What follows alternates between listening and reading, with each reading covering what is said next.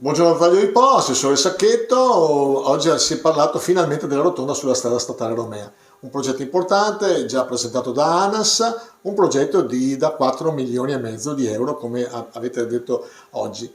Sì, buonasera a tutti. Abbiamo fatto questo incontro voluto dalla zona artigianale, in particolar modo di Taglio di Po, e abbiamo voluto dare delle risposte. Ovviamente la domanda principale era: entro quando? E ANAS ci ha risposto. Bisogna dire la verità, collaborazione veramente forte da parte di ANAS, che ci ha dato il piano programma in questo senso. Entro luglio dovrebbe esserci l'approvazione del progetto definitivo, la consegna del cantiere, quindi di missione possesso, ad agosto 2024, e l'inizio dei lavori sulla rotonda è previsto per settembre 2024. Secondo lei riuscirete a rispettare questo cronoprogramma?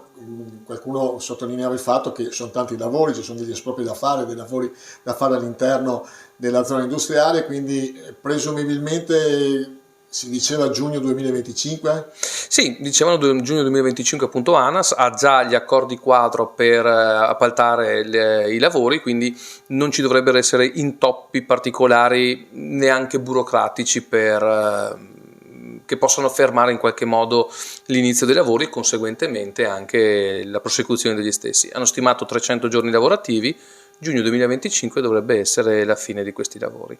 Un'opera che aspettano specialmente le aziende di trasporti. Abbiamo due grossissime aziende importanti e che giustamente dicevano sarà un toccasana anche per la sicurezza dei loro dipendenti. Ma soprattutto è questo il nostro obiettivo, quello di mettere in sicurezza quella parte di statale Romea che va a intersecarsi con la zona artigianale.